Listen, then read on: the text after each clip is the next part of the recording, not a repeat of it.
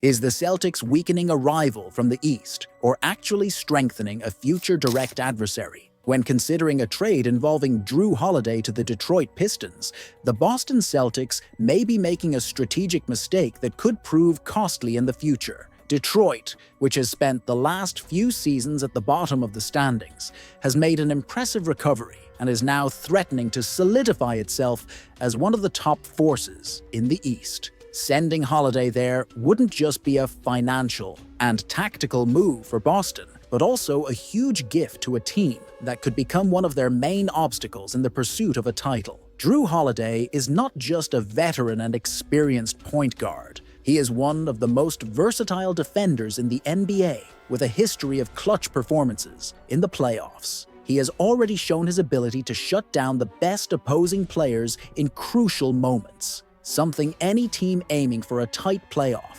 race would love to have. And that's exactly the case for the Pistons, a young, energetic team with a growing core that could benefit immensely from Holiday's leadership and defense. If Holiday were to go to Detroit, he could form one of the best defensive duos in the league alongside Cade Cunningham. Cunningham has already shown his offensive capabilities and is emerging as a leader on the floor, but he still lacks a complementary piece that offers experience and defensive consistency beside him. Holiday would fit perfectly into that role, bringing stability and making Detroit a much more dangerous team. Now, the question the Celtics should ask themselves is, does Boston really want to facilitate this rise? Because right now, the Pistons are still an unknown. Yes, they're having a good season, but they haven't yet reached the level of a true title contender. However, adding a piece like Jrue Holiday could be exactly what they need to turn a promising team into a genuine threat. Furthermore, the long-term impact must be considered.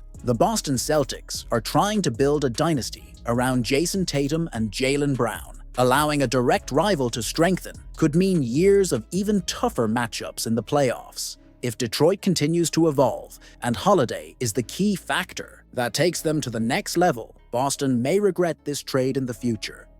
Does Tobias Harris make sense for the Celtics, or would it be a strategic mistake? When discussing a potential trade between Jrue Holiday and Tobias Harris, the first question that comes to mind is, would Boston actually benefit from this move? Looking deeper, the answer seems to be a resounding no. Tobias Harris has his strengths, but do they truly align with what the Celtics need? The reality is that this trade could be a step backward for a team in the middle of a championship pursuit, one that cannot afford to make uncertain bets. Tobias Harris is not a bad player, but he has a concerning track record when it comes to delivering in crucial moments. Throughout his career, he has never established himself as a key piece on a championship-caliber team. He played for competitive teams like the Philadelphia 76ers, but was never the difference maker that elevated them to the next level. In the playoffs, his performances tend to fluctuate between useful and forgettable.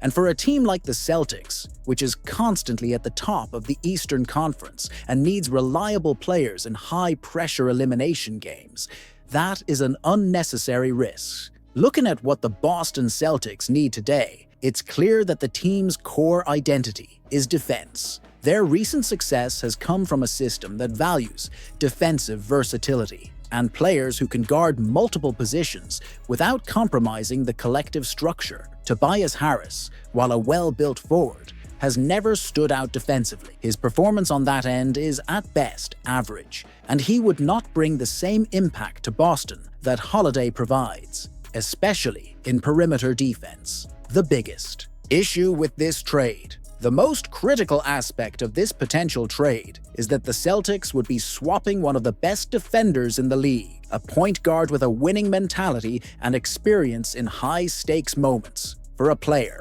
who has always struggled to establish himself as a difference maker. Holiday, beyond being an elite defender, has repeatedly proven his ability to make a significant impact under pressure. His track record includes a crucial role in the Milwaukee Bucks' 2021 championship, and more recently, in the Celtics' 2024 title run. He understands what it takes to win at the highest level and excels precisely where Harris falls short, making an impact in the most important games. Boston would also lose a lot in terms of playmaking and offensive versatility. Tobias Harris is a solid scorer, but he is not a playmaker. Holiday, on the other hand, can organize the offense, create opportunities for his teammates, and score efficiently. This trade would be a step backward in terms of ball distribution and the team's tactical intelligence. Does Harris even fit Boston's system? Another key aspect to consider is the tactical fit. Boston already has a roster filled with versatile forwards who contribute offensively. Jason Tatum and Jaylen Brown dominate the responsibilities at Harris's position. So why would the Celtics invest in yet another player with similar characteristics? Instead of adding something new to the team, Harris could end up being just a redundant piece. Additionally, his presence would not solve the team's point guard situation. If Holiday were to leave, the Celtics would still have to rely on Peyton Pritchard, Derek White, and even Tatum to handle playmaking duties, which may not be the best long-term solution. Is Pritchard ready to take over Holiday's role? Or is Boston making a fatal mistake? The idea that Peyton Pritchard could replace Jrue Holiday as the starting point guard for the Boston Celtics is not just bold, it could be a massive risk for a team with legitimate championship aspirations. Pritchard is a talented player and has already proven his value as a quality backup, but stepping into Holiday's role isn't just about playing more minutes. We're talking about replacing one of the best perimeter defenders in the league and a veteran who has consistently delivered in crucial moments. The big question is Boston about to gamble too much on a player who has yet to be tested under maximum pressure? There's no doubt that Peyton Pritchard has his strengths. He is a reliable shooter, has good ball control, and has shown flashes of tactical intelligence in key moments. His three-point shooting is solid, and his energy on the court has always been a positive factor. But does all of that translate into the ability to lead a team like the Celtics in their quest for an NBA title? Being an efficient backup and making an immediate impact off the bench is one thing. Being the starting point guard for a championship contender is something entirely different. As a reserve, Pritchard can play with freedom, come in at the right moments, and contribute without the pressure of being the team's primary floor general. As a starter, he would constantly face the best defenders in the league, have to endure the grind of playing 30-plus minutes per night, and still prove himself in the playoffs, where Holiday has already shown countless times that he can be a game-changer. One of the most underrated aspects of this discussion is the defensive impact. Jrue Holiday is not just a good defender, he is one of the best perimeter defenders in the NBA. He can guard everyone from explosive point guards to physical wings, a crucial asset for the Celtics. His defensive IQ, ability to anticipate plays, and real-time adjustments are qualities that few players in the league possess. Pritchard, on the other hand, is far from that defensive level. He has energy and commitment, but physically, he lacks the wingspan and strength to guard elite perimeter threats. Against point guards like Damian Lillard, Stephen Curry, or Luka Doncic, the Celtics would feel a significant drop-off. Is Boston prepared to lose that defensive strength and compromise its identity? One of the key reasons for the Celtics' defensive success last season was Holiday's versatility. He allowed the team to switch coverages, pressure elite opponents, and always have an answer for the opposing team's top playmakers. Without Holiday, that defensive structure would collapse, and Pritchard is not the type of player who can fill that void.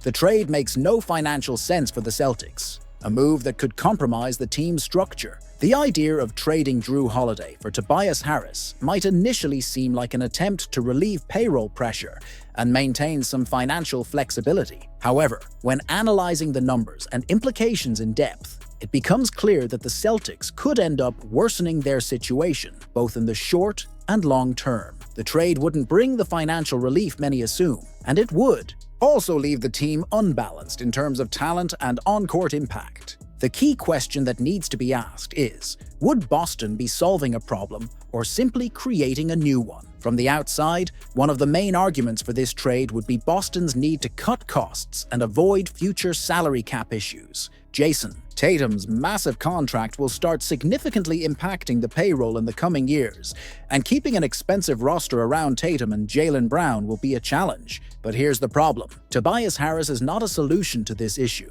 In fact, he comes with a hefty contract that would do little to provide immediate or future cap relief. He's coming off a 5-year max contract with the Philadelphia 76ers. And even though he's in the final year of that deal, his addition wouldn't help Boston avoid tax penalties or the new CBA's hard cap restrictions. If the goal is to create financial flexibility, why would Boston trade Holiday, a player who truly impacts both ends of the floor, for Harris, whose contract costs nearly the same but provides far less value in return? Another major issue with this trade is roster redundancy. The Celtics already have a core consisting of Jason Tatum, Jaylen Brown, Derek White, and Sam Hauser, all of whom play at the wing and guard positions. Additionally, O'Shea Brissett and even Neemias Queta can fill minutes in certain rotations, not to mention Al Horford and Kristaps Porzingis, who already split responsibilities on the defensive end.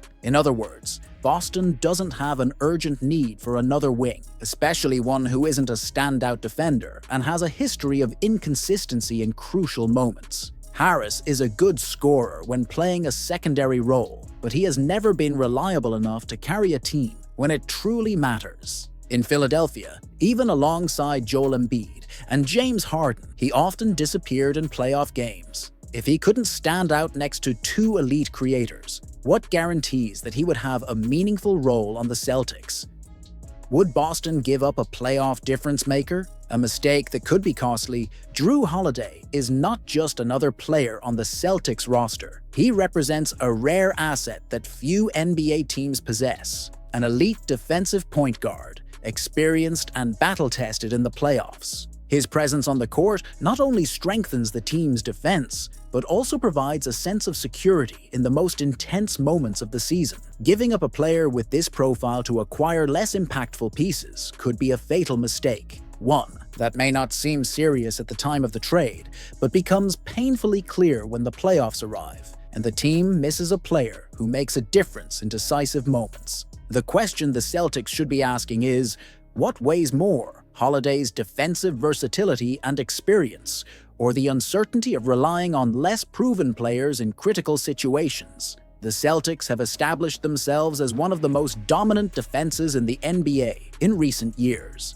This success is not just due to a well-designed tactical scheme, but also to the presence of players who can execute that defense at the highest level. Jrue Holiday is one of the best perimeter defenders in the league. He not only pressures opposing point guards and disrupts playmaking, but also has the ability to guard multiple positions. In a playoff series where every possession can be decisive, having a player with this skill set is a luxury that few teams can afford. If the Celtics decide to trade Holiday, the defensive burden would fall entirely on Derek White and Jaylen Brown. White is an excellent defender, but can he single-handedly handle the assignment of guarding the league's best point guards? Jaylen Brown has improved defensively, but his primary role is to score and carry the team's offense. Losing Holiday could destabilize the entire defensive structure of the Celtics. What is now a solid and reliable system could quickly become vulnerable, especially against teams with explosive guards like the Bucks, Damian Lillard, the Cavaliers, Donovan Mitchell, or the Pacers, Tyrese Halliburton. In the playoffs, the ability to contain players of that caliber can be the difference between an early exit and the chance to compete for another title. Is Boston willing to take that risk? One of the most underrated aspects of the playoffs is the importance of experience. Young and talented teams often fall short because they lack players who know how to handle pressure in decisive moments. Jrue Holiday has been through it all. He has played in conference finals, competed in the NBA Finals, and taken on the challenge of guarding the best players in the world in crucial moments. And, most importantly, he has won. If Boston trades him, who would take on that role? Tobias Harris? a player who spent years on a Philadelphia 76ers team that could never reach the Eastern Conference Finals, often disappearing in critical moments. Marcus Sasser, a talented young player, but one who has never played a single playoff game in his life. The Celtics need to consider what truly matters when building a team aiming for back-to-back championships. Who can make a difference when the lights are brightest and the pressure is at its peak?